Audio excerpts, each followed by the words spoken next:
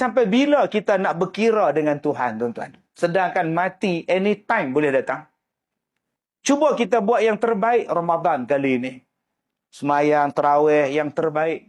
Tarawih ni bulan Ramadan ya Kak Leha.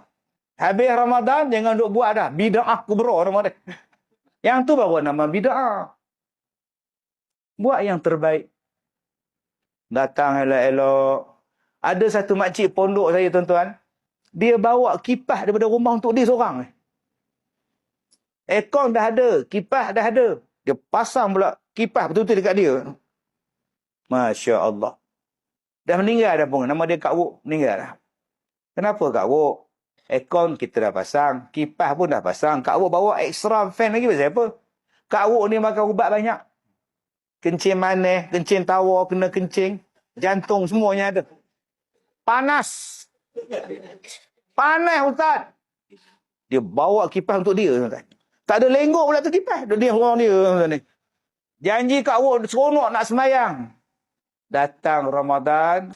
Masa tu kaki dia dah kena potong. Dia kena potong kaki dah Kak Wuk. Naik wheelchair datang. Ustaz. Ya.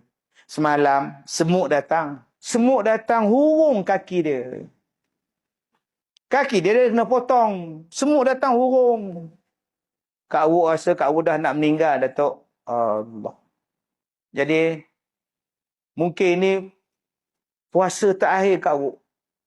Kalau semut dah hurung kaki Kak Wuk pukul 3-4 pagi, maknanya Kak Wuk ni dah tak boleh lah. Betul tuan-tuan. Meninggal dah hamba Allah. Tapi saya tengok waktu berbuka, dialah orang yang paling awal masuk dalam surau.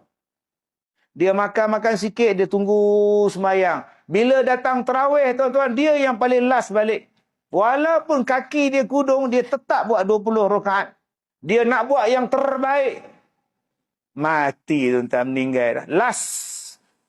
Dia kata, ini Ramadan terakhir kot, Ustaz. Jadi Kak Wuk nak buat yang terbaik untuk Tuhan. Memang, tuan-tuan, Allah jemput dia. Jadi tuan-tuan janganlah sampai tunggu semut datang baru nak buat terbaik. Jadi kalau dah Allah Ta'ala bagi kita penyakit yang begitu banyak, takkan datang ibadat yang nak bagi kita syurga, kita masih main-main. Biarlah orang kata 8 lah apa, tak payah, tak payah. Aku nak buat 20.